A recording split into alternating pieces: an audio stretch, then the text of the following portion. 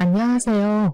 저는 지금 40대 초반의 나이로 귀하게 얻은 아이를 하나 키우고 있는 초보 엄마랍니다.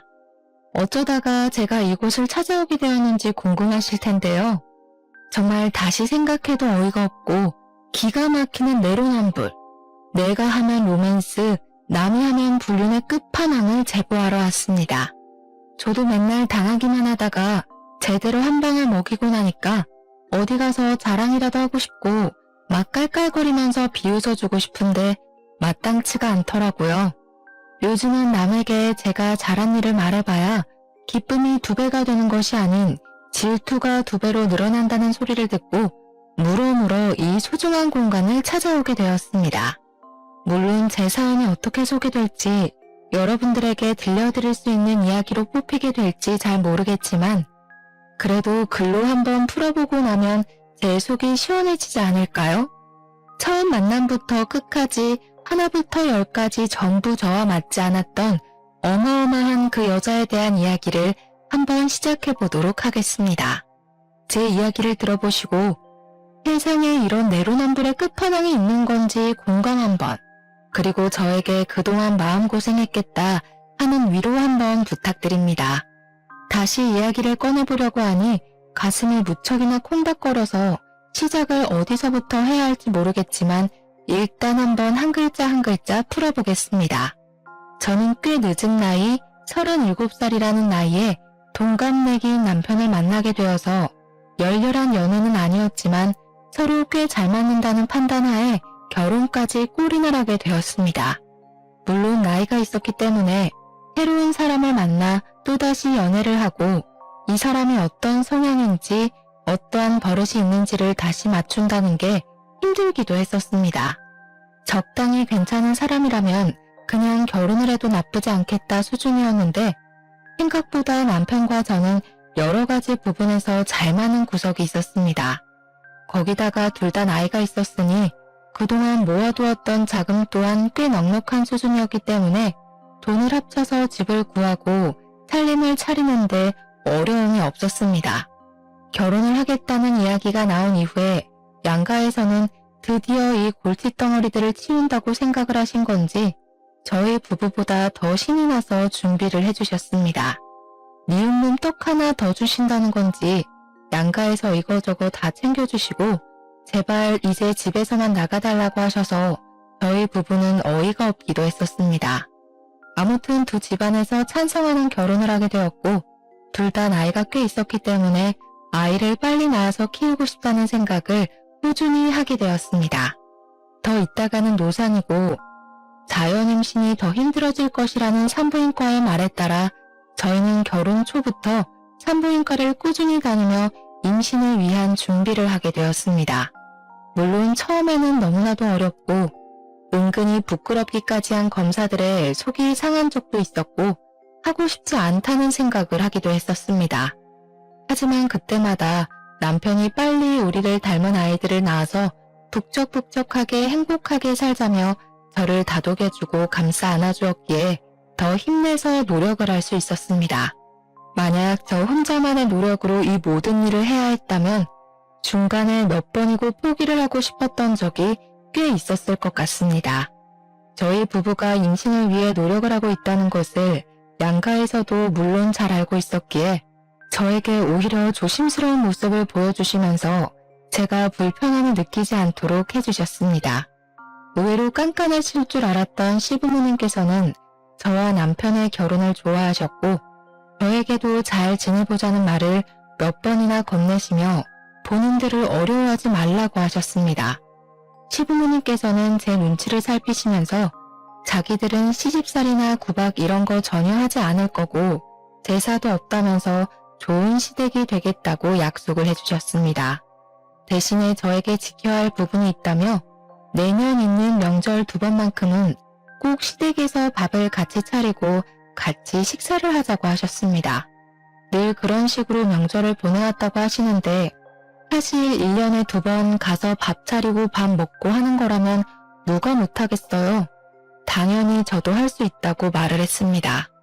무슨 일이 있어도 명절은 시댁에서 보내기로 하고 결혼을 하게 된 것이었는데 결혼 후 첫 명절에 왜 시부모님께서 같이 밥 먹는 것을 그리 어려워하시며 말을 했는지 알게 되었습니다.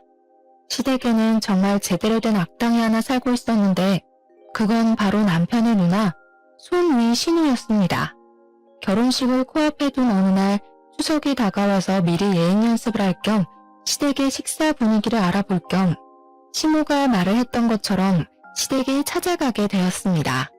어차피 가족이 될 사이인데 결혼식 전이라고 시모가 미리 말했던 시댁 행사를 참석하지 않는 것도 이상해 보일 것 같아서 시간을 내서 찾아가게 된 것입니다. 저는 일단 첫 명절이기 때문에 옷도 나름 갖춰 입고 인사를 드린 뒤에 옷을 편한 옷으로 갈아입고 시모의 일을 도우려고 준비를 마쳤습니다. 제가 옷을 갈아입고 나타나니 시모가 화들짝 놀라면서 오늘은 그냥 손님으로 온 것이니 편안하게 있다가 가라고 맛있게 밥을 해주시겠다고 하시더라고요. 이왕 온 거 저도 시모를 도와서 일을 하겠다고 시모와 웃으면서 실랑이를 벌이고 있었습니다. 사실 제가 와서 어떻게 손님처럼 가만히 앉아서 차려주시는 밥상을 받아먹고 있기만 할 수 있겠습니까? 애초에 시댁에 방문을 한 이유도 시모를 도와서 일을 하려고 했었던 것이기 때문에 시모와 실랑이를 벌이며 주방 앞에서 투닥투닥 하고 있었습니다.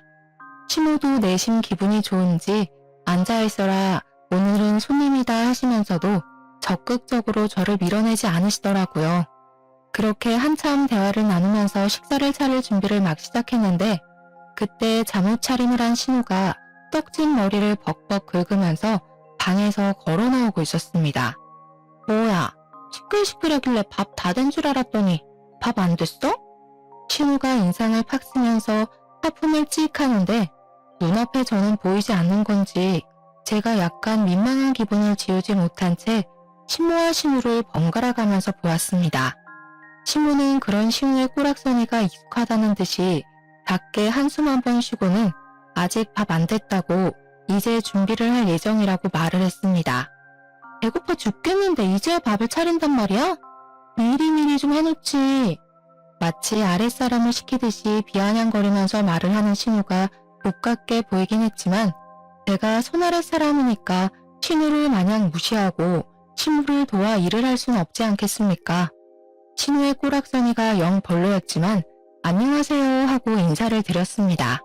신우가 남편보다 2살이 많았기 때문에 저랑도 2살 차이가 났거든요. 이제 해가 지나면 40이 되는 사람인데 명절 당일 아침에 저런 꼴을 하고 나온다는 게 좀 어이가 없긴 했지만 시모도 잔소리를 하지 않으니 저도 말을 속으로 삼켰습니다. 거기다가 시모는 9살이 된 딸도 하나 있었는데 10년 전에 결혼을 했다가 얼마 살지 못하고 성격 차이를 운운하면서 이혼을 했다고 하더라고요. 이혼을 한 이후에 오갈 곳도 없고 신우가 일을 하는데 딸을 맡아줄 사람이 없다고 하면서 시댁에 눌어붙기 시작했던 것이 아직까지도 이어지고 있는 중이었습니다. 그래도 시부모님의 형편 자체가 넉넉한 편이라서 아이를 키우는 데 도움도 많이 주시고 뭐 이래저래 신우한테 따로 생활비도 받지 않는다고 하셨습니다. 신우가 무슨 일을 하는지 꽤 궁금해서 남편에게 물어본 적이 있었는데 자기 말로는 프리랜서 방송 작가로 일을 하고 있다고 말을 하고 다닌다고 하더라고요.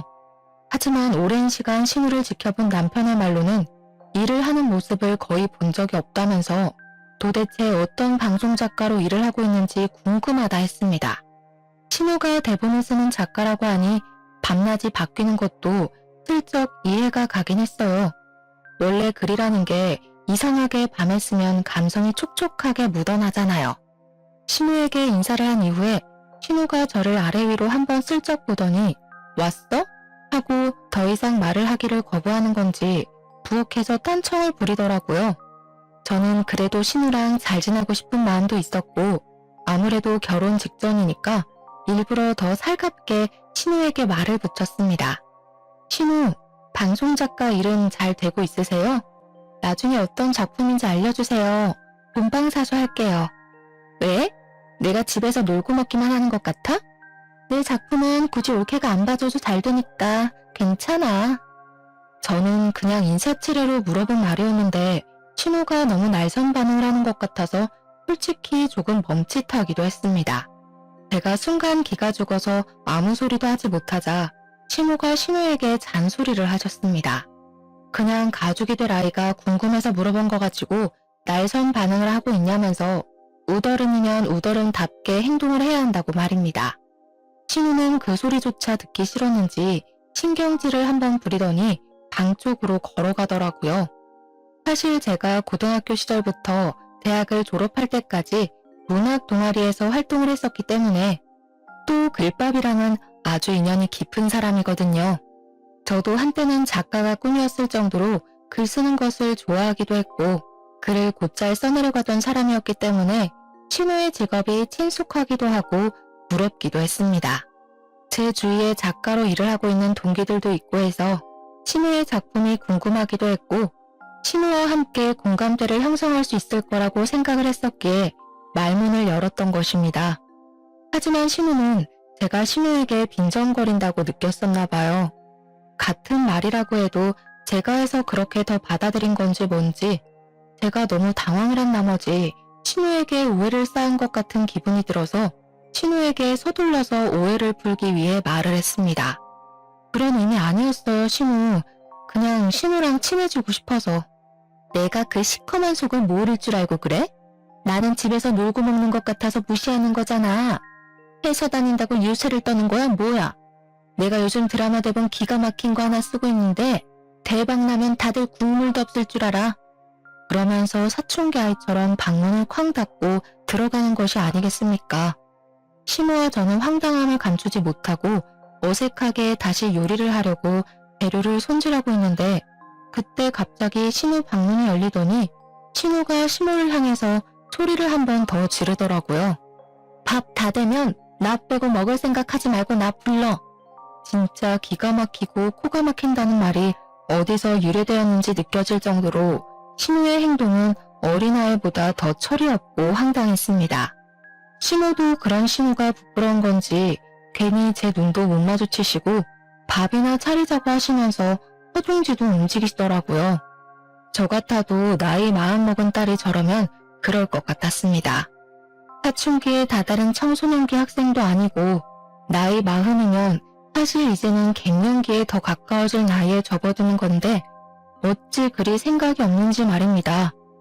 천사 같은 시모 밑에서 저런 막장인 사람이 태어났다는 것도 신기할 따름이었습니다. 저는 뭐 일부러 못 들은 척 모르는 척 시모를 도와 상을 차렸습니다.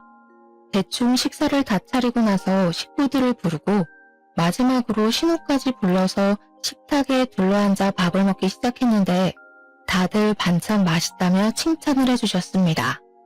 시부께서는 시모의 음식 솜씨가 워낙 좋지만 며느리가 거들어서 그런지 더욱 맛있는 것 같다고 일부러 제 칭찬을 더 해주시면서 분위기를 끌어올리셨습니다.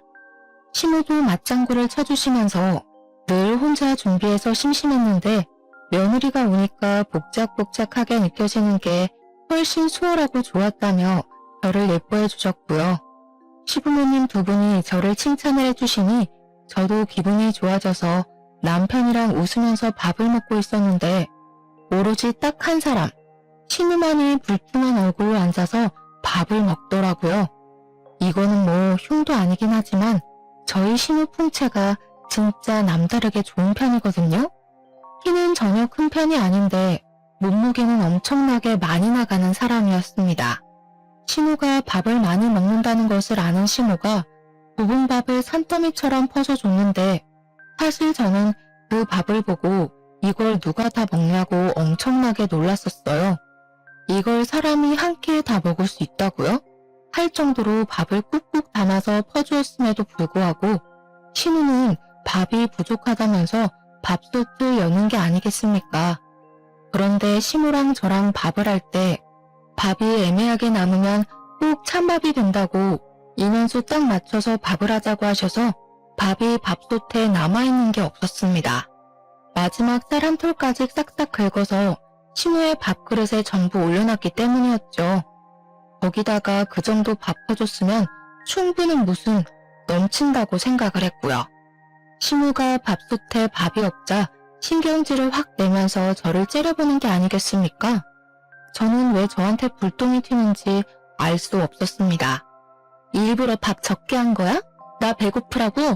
당장 쌀 씻어. 밥해. 밥을 먹다 말고 밥을 또 하라고요? 이가 먹고 누구 코에 붙여. 즉석밥 같은 것도 없어 집에? 도대체 우리 집엔 있는 게 뭐야?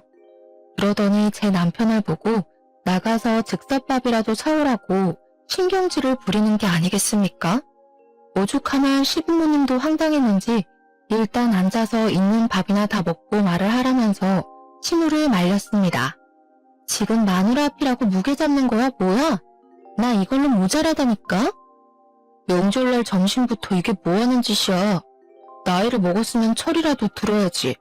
그냥 있는 밥이나 다 먹어.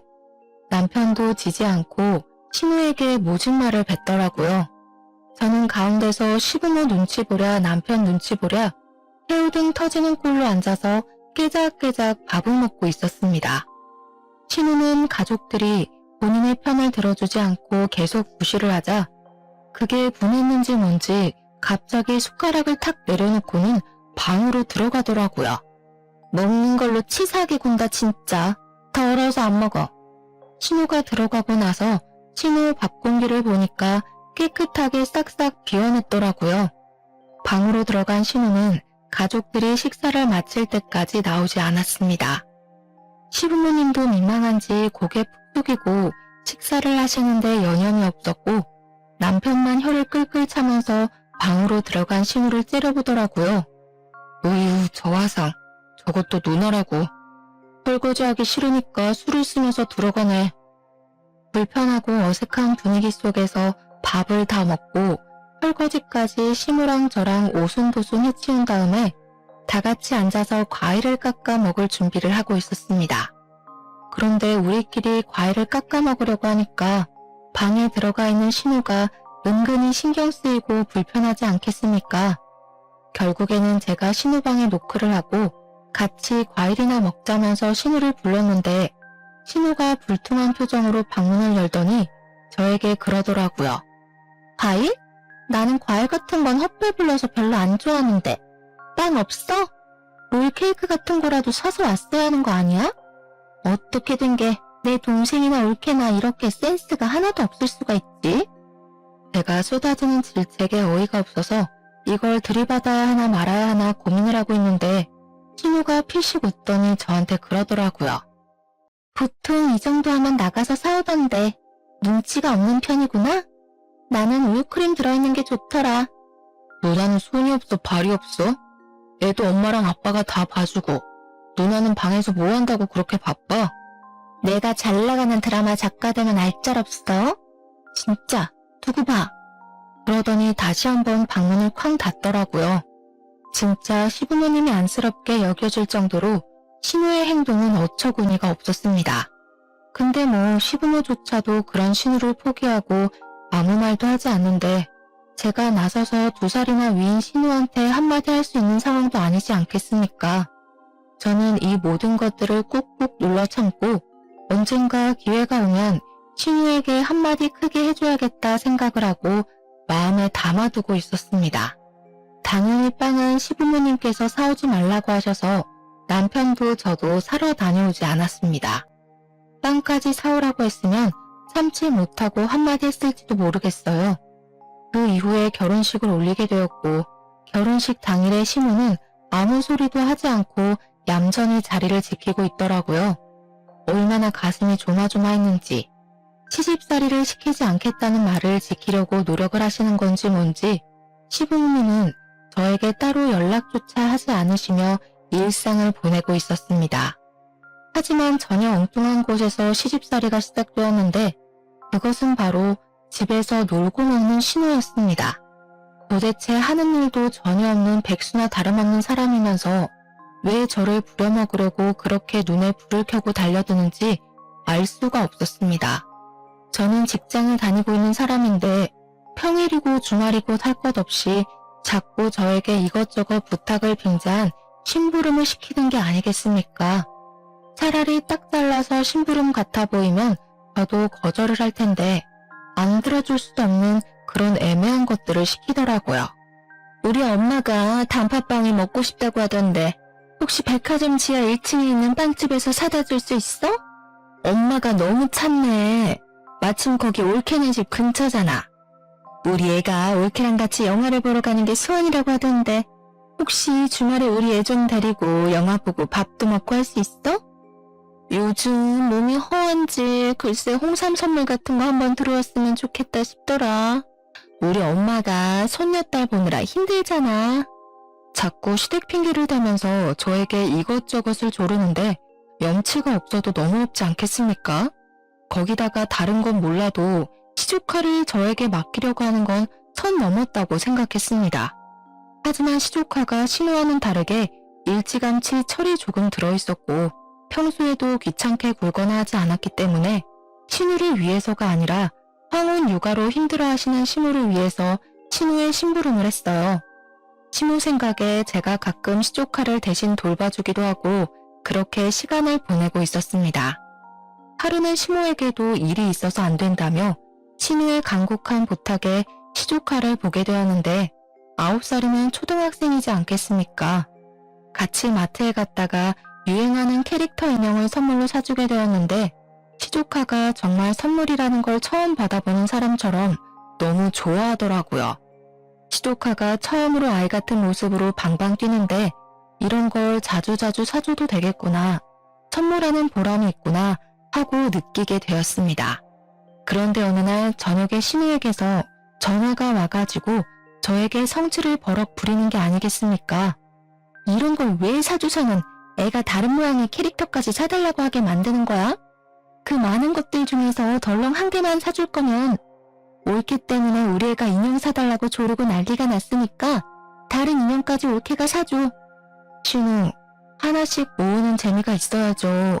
신우가 좀 챙겨주세요. 요즘 애들은 저런 거 하나씩 다 가지고 논대요. 가끔 칭찬해줄 일 있을 때마다 하나씩 사주면 되잖아요. 내가 대기업에 다니는 뭐라니? 돈 있는 너네가 사다 주면 몰라도 내가 무슨 돈이 있어서 저 비싼 걸 하나하나 챙겨서 주냔 말이야. 내 옆에서 듣고 있던 남편이 씩씩거리면서 전화를 바꿔들고는 앞으로는 국물도 없을 줄 알라고 사줘도 이런 전화를 받아야 하는 거냐고 버럭했습니다. 그 뒤로는 신우의 행동은 아주 파격적으로 변하게 되었는데 제가 시댁에만 가면 저를 못 잡아먹어서 안달이 난 사람처럼 옆에 딱 붙어서 참견을 해댔습니다. 밥을 할 때도 제가 만든 반찬만 콕 골라집고는 맛이 없네, 간이 짜네, 이렇게 먹다가는 나트륨 중독에 걸리겠네 하면서 쓸데없는 트집을 잡기도 했고요. 남편이 결혼하고 운동을 열심히 해서 살이 조금 빠졌는데 제가 제대로 먹이질 않고 일만 시켜서 살이 빠진 것처럼 꾸며대며 이야기를 하더라고요. 하루는 시조카가 제가 새로 산 휴대폰을 보고 휴대폰을 구경해봐도 되냐고 묻길래 그러라고 했더니 가져가서 아무거나 막 눌러보더라고요. 처음에는 별 신경을 쓰지 않았는데 제가 회사 일 때문에 메신저 앱에 비밀번호를 걸어놓은 걸 그 비밀번호를 풀겠다고 아무 숫자나 막 눌러보는 겁니다. 작은 엄마, 왜 비밀번호가 걸려있어? 이거 풀어주면 안 돼요? 나도 친구들한테 메시지 보내고 싶은데. 하지만 제 메신저 앱에는 회사 보안 문제가 잔뜩 걸린 일들이 가득해서 안 된다고 시조카에게 딱 잘라서 이야기를 하게 되었습니다. 사실 메신저 앱 말고 그냥 일반 문자 메시지 써도 되는 일이기 때문에 시조카를 설득하려고 했는데 신우가 그걸 보더니 바로 시부모 앞에서 비아냥거리더라고요. 올케, 수상하게 왜 비밀번호를 걸어서 메신저를 못 쓰게 해? 혹시 바람이라도 피우는 거 아니야? 어디 한번 풀어봐. 우리 구경이나 하자. 바람 피우는 거면 어떡해. 아직 결혼한 지 1년도 안 됐는데. 알고 보니 전 남자친구들이랑 연락하고 지내는 거 아니야? 신우, 그게 무슨 소리예요. 저 그런 적 한 번도 없고 회사 보안 문제 때문에 어쩔 수 없이 걸어둔 거예요. 올케, 정색하는 거야 지금? 농담인데 뭘 그렇게 과하게 반응을 하고 그래. 농담이어도 할 말이 있고 하면 안 되는 말이 있죠. 시부모님도 다 계신데. 지금 올케가 나 가르치는 거야? 세상 오래 살고 볼 일이네. 아니 내가 궁금해서 물어보는 거잖아. 궁금해서. 혹시 바람이라도 피우고 있으면 우리 동생은 낙동강 오리알 되는 건데 안 그래?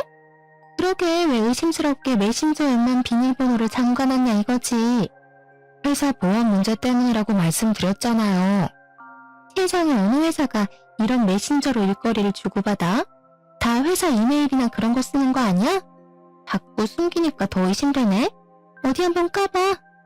신우가 자꾸 말도 안 되는 트집을 잡으면서 요구를 하니까 한번 보여줄까 하는 생각이 들다가도 열이 받아서 보여주고 싶지 않더라고요. 저랑 신우랑 대치를 하고 있는데 분위기가 점점 험악해지니까 시부가 나서서 중재를 한다고 제 편을 들어주셨습니다. 막장 드라마 같은 것만 보고 있으니까 그런 식으로밖에 상상이 안 되지. 말 본세하고는 할 말이 없어서 그런 말을 농담이라고 해? 우리 가족 맞아?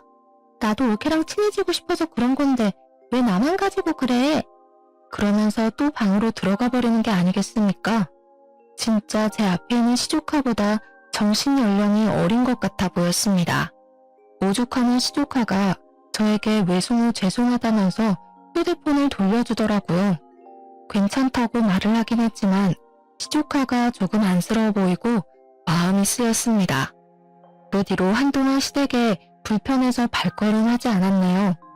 사실 저희 부부는 결혼 초부터 산부인과를 다니면서 아이를 가지기 위해 노력을 많이 했었는데요. 병원에서 몇 차례 배란일에 시도를 해보라고 해서 배란일 체크도 하고 백방으로 노력을 했지만 아이가 잘 들어서지 않았어요. 그래서 결혼하고 1년이 지나면 시험관을 하기로 했었습니다. 때마침 결혼 일주기가 다가오고 있었고 더 늦어지면 정말 마흔이 넘어서 아이를 낳을 수도 있겠다는 불안함이 생기더라고요. 저와 남편은 조금 몸이 힘들더라도 하루빨리 아이를 가지고 싶다는 생각에 시험관 시술을 하기로 결정을 했고 그 복잡하고 힘든 과정을 2차례 반복을 했습니다. 첫 술에 배부를 수 없다는 말처럼 처음에는 실패로 돌아갔기 때문에 두 번째에는 영양제도 더 잘 챙겨 먹고 마음의 안정을 가지려 노력을 하면서 시도를 하게 됐습니다. 간절한 바람 때문이었는지 아니면 정말 때가 되어 찾아오게 된 것인지 시험관 2번째 시동안에 뱃속에 우리의 소중한 결실이 자리 잡게 되었습니다. 저는 안정기가 올 때까지 시댁과 친정에 알리지 않았고 병원에서도 착상이 잘 되었지만 임신 10주가 넘어갈 때까지는 조심하라고 해서 정말 조심하면서 지냈습니다. 당연한 수순으로 아이를 위해 저는 회사에도 사표를 내게 되었고 그렇게 뱃속에 자리 잡은 아이가 무럭무럭 자랄 때까지 꼼짝도 하지 않고 지냈습니다. 그 덕분에 아이는 건강하게 매주 자라났고 저는 그제야 시댁과 친정에 알렸으며 양가에서는 눈물을 줄줄 흘릴 정도로 너무 좋아하셨습니다. 엄마가 된다는 것은 또 새로운 경험이었기 때문에 정말 공부할 것이 많아서 하루 종일 집에서 태교에 힘쓰고 육아에 대한 공부를 하면서 하루하루를 보냈습니다. 하지만 신우는 제가 임신한 것이 불만이었는지 뭔지 대놓고 말을 못하지만 은근히 구시렁거리더라고요. 저는 아이에게 좋은 것만 들려주고 싶어서 시댁의 발길을 끊었습니다. 당연히 이 부분은 시부모님께서도 양해를 해주셨기 때문에 가능한 일이었습니다. 아이를 출산한 이후에는 정말 육아가 지옥이라는 말이 왜 생겼는지 알 수 있을 만큼 정신없는 나날을 보내게 되었습니다. 아이만 바라보면서 살기 시작한 지도 1년이라는 시간이 흐르고 저는 경력이 단절되어 버린 제 사회생활을 그리워하면서 지내게 되었습니다. 물론 아이를 본다는 것은 너무 행복하고 기쁜 일이긴 했지만 그래도 저만의 목표라는 게 존재했는데 그 꿈을 다 이루지 못하고 출산과 육아를 위해 내려놨어야 했으니까요. 은근히 쳇바퀴처럼 돌아가는 일상에 무료함을 느끼고 바쁘게 사회생활을 하는 남편이 부럽게 느껴질 때쯤 저에게 우연치 않은 기회가 찾아왔습니다. 어느 날 대학 동아리를 같이 했던 선배에게 연락이 오게 되었는데 제가 대학 시절에도 문학 동아리에서 활동을 했었거든요. 저에게 요즘 뭐 하고 있냐고 애 키우느라 바쁘냐고 물어보시길래 바쁘긴 하지만 이제 조금 여유라는 것도 생기고 그럭저럭 살만하다고 말을 했습니다. 저에게 일은 하지 않고 지내냐고 조심스럽게 물어봐서 일을 그만두게 되었다고 했더니 잘 됐다고 박수를 짝 치는 게 아니겠습니까? 내가 요즘 단편 드라마 대본을 쓰고 있는 중이거든? 근데 혼자서 쓰는 게 너무 힘들더라고. 요즘은 대본도 다 그룹으로 무리지어서 아이디어 쪼개서 쓰는 거 알지? 그래서 하는 말인데 나랑 같이 일해볼 생각 없어? 가끔 미팅만 하면 되고 집에서 여유로울 때 일하면 되는 거라. 제가 그걸 할 수 있을까요? 어려울 거 없어. 내가 드라마 쪽은 몇 편 손을 본 게 있어서 이제 제대로 내 이름 걸고 해보려고 하는 거라 많이 어렵진 않을 거야. 어차피 재택근무로 일을 할 수 있는 것이고 저도 아이가 자는 시간 동안에는 시간이 남으니까 가능하겠다 싶은 생각이 들었습니다. 거기다가 일이라는 걸 해야 몸이 조금 더 활동적으로 쓰일 것 같다는 마음에 선배에게 잠시 고민을 하다가 하고 싶다고 말을 하게 되었습니다. 남편도 제 결정에 힘을 실어주면서 아이가 자는 시간뿐만 아니라 자기가 퇴근하고 돌아오면 애를 봐주겠다고 한번 해보라고 하더라고요. 막상 일을 시작하기 전에는 제가 과연 이런 일을 잘할 수 있을까 걱정이 앞섰는데 일을 하니까 아이디어가 마구마구 샘솟는 게 아니겠습니까? 제가 왕년에 쓰던 실력들이 죽지 않아서 그런 건지 아니면 결혼 후에 신우 덕분에 막장을 많이 겪어서 그런 건지 모르겠지만 말입니다. 선배가 쓰는 드라마 대본에 찰지게 대사를 팍팍 붙여 넣어가며 막장을 더 막장처럼 만들었더니 선배가 진짜 이런 생각은 어떻게 하는 거냐고 존경하더라고요. 차마 우리 신우 덕분에요 라고 말은 못하고 상상의 나래를 펼쳤다고 말을 했죠 뭐. 맨날 집에서 애만 보고 있다가 갑자기 일을 시작하니까 너무너무 재미있고 저 혼자만의 시간을 가질 수 있어서 행복하기까지 했습니다. 제가 즐거워하는 걸 보고 남편도 시댁에 가서 이야기를 했고 시부모님께서도 너무 잘 됐다고 응원을 해주셨는데 신우가 갑자기 버럭했다는 겁니다. 글 쓰는 게 애들 장난처럼 쉬운 줄 아나? 뭐 그렇게 쉽게 한다고 난리들인지. 이러니까 작가들이 다 욕먹는 거야. 퀄리티가 별로라고. 신우는 아마 제가 신우랑 같은 직종으로 일을 하게 된 것에 대한 질투심 혹은 자격지심 같은 게 있는 것 같아 보였습니다. 아무튼 제가 도운 선배의 대본이 대형 방송사랑 계약을 하게 되면서 선배가 신인 작가로 이름을 알리게 된 아주 좋은 기회가 되었습니다. 저한테 대사를 찰지게 써주어서 계약이 된 것 같다면서 명품 선물도 보내주고 남편도 저에게 작가님하고 부르면서 축하한다고 말을 해주었습니다. 시댁 친정에서도 드라마 계약 소식을 전해 듣고 대견하다고 해주었는데 유일하게 신우 한 명만 배알이 꼬여서 어쩔 줄 몰라 하더라고요. 이유야 뭐 뻔하지 않겠습니까? 자기도 방송 작가라고 말을 하고 다니는데 제대로 이름을 날린 게 한 편도 없으니까요. 옳게 이름으로 들어간 작품도 아닌데 작가님은 무슨. 다들 뭐 그렇게 비행기를 띄우고 그래? 허세 부리지 마. 저게 뭐 대단한 건 줄 알아? 나도 다른 유명 작가한테 묻어가면 시청률 1위 찍는 대본? 그거 우습게 쓰지. 속으로 우리 선배도 유명 작가 아니고 이제 막 첫 작품을 시작한 신인 작가라고 말을 하고 싶었지만 그래봐야 거품 물고 있는 신우랑 머리채 특기밖에 더하겠나 싶었습니다. 한 번이라도 곱게 칭찬을 해줬으면 저도 기분 좋았을 텐데 시기 질투가 워낙 심해서 뭐 바라지도 않았어요. 그렇게 1년 반이라는 시간이 더 지나고 드라마 첫 화가 반영되는 날을 기념해서 시댁에 다 같이 앉아서 TV를 보기로 했습니다. 솔직히 저는 그냥 대사만 거들었던 드라마였지만 시부 시모가 너무너무 재미있다면서 엄청나게 집중을 해서 드라마를 시청해 주시더라고요. 그런데 첫 화에서 남자 주인공이 불륜을 피우는 장면이 나오는데 그걸 보더니 시모가 콧방귀를 끼면서 시비를 걸고 넘어지는 게 아니겠습니까? 옳게 진짜 바람 피우는 거 아니야? 대본을 어떻게 저렇게 쓸 수 있지? 하루 이틀 해본 솜씨가 아닌 것 같은데? 그러면서 제 남편을 보면서 이렇게 이야기를 하더라고요. 동생아, 이 누나 말 잘 들어. 저런 경험이 없으면 대본도 쓸 수가 없는 거야.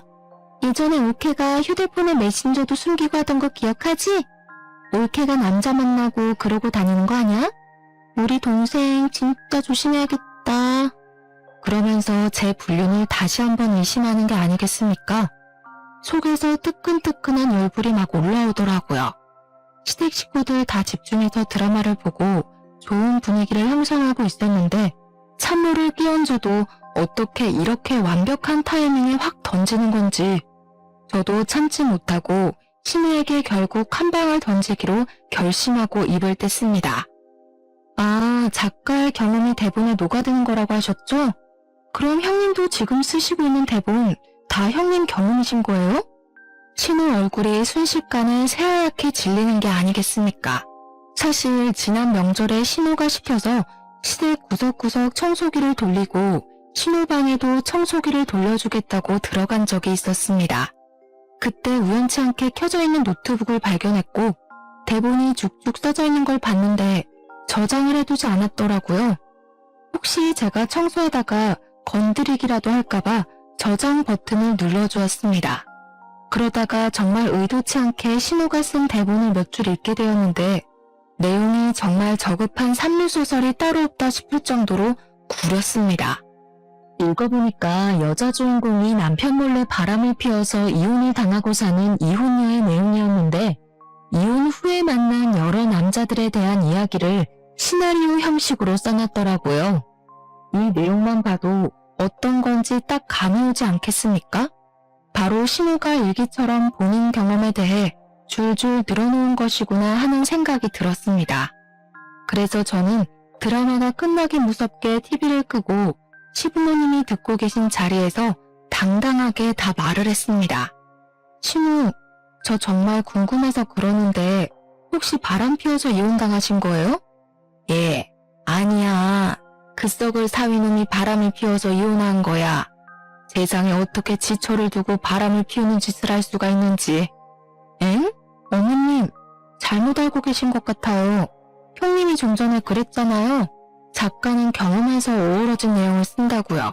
제가 저번에 본 형님 대본에는 주인공이 딴 남자랑 바람 피워서 이혼당한 싱글맘에 대한 내용이던데요. 아, 그리고 제가 정말 몰라서 물어보는 거예요.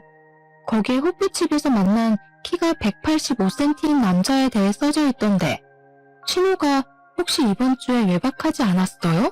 신우가 진짜 엄청나게 당황하더니 저에게 정신나간 년이라고 말을 하면서 악담을 퍼붓는 거냐고 절대 아니라고 시부모님 앞에서 고래고래 소리를 지르더라고요.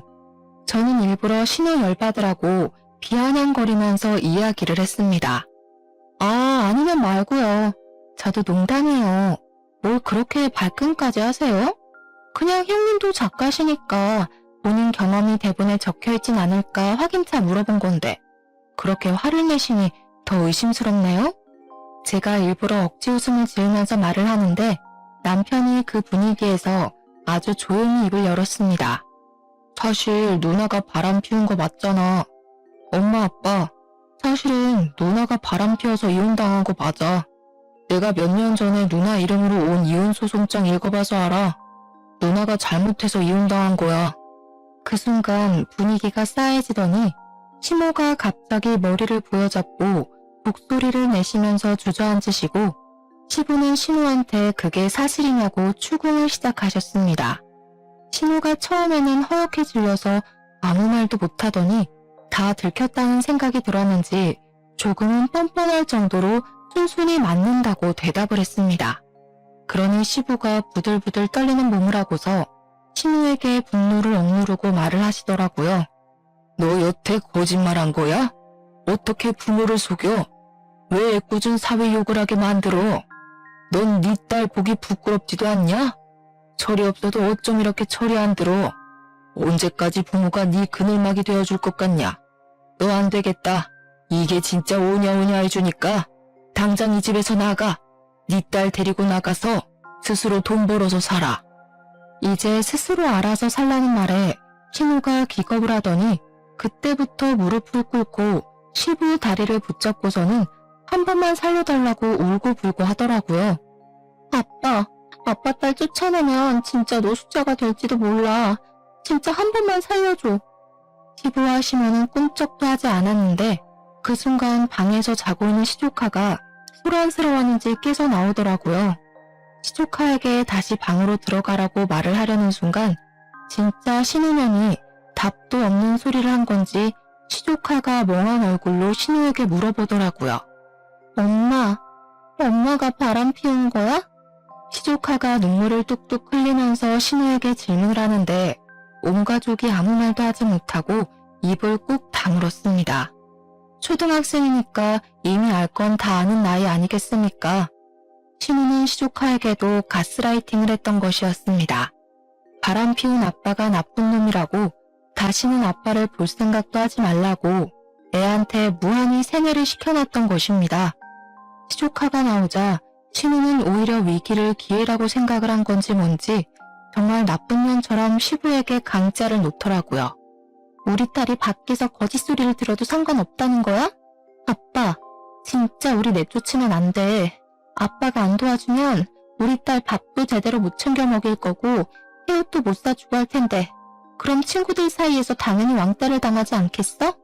아빠는 손녀딸이 그런 취급당하면 좋겠냐고. 야, 너는 뭘 울고 있어? 빨리 할아버지 잘못했어요 하고 빌어. 신우가 시조카의 팔을 흔들자 시부가 더 열이 받은 건지 갑자기 손을 들어 올려 신우의 귀싸대기를 날려버렸습니다. 넌 너의 잘못과 거짓말로 자식이 지 친아버지도 못 보고 사는데 뭐가 어쩌고 어째? 나한테 빌어? 인연이 정신 못 차렸지?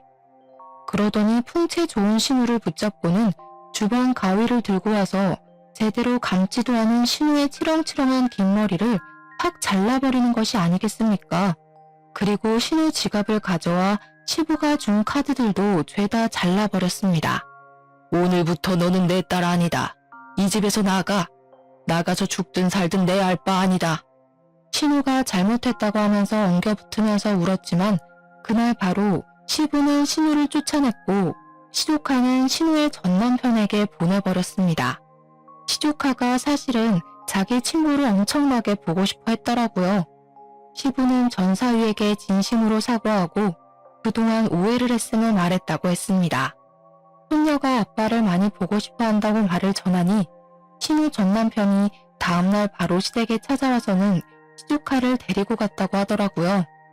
순식간에 정리가 되어버린 시댁 덕분에 싹수 없는 신우는 이제 시댁에서 더 이상 볼 일이 없어졌고 시부모가 저희에게도 신신당부를 했습니다.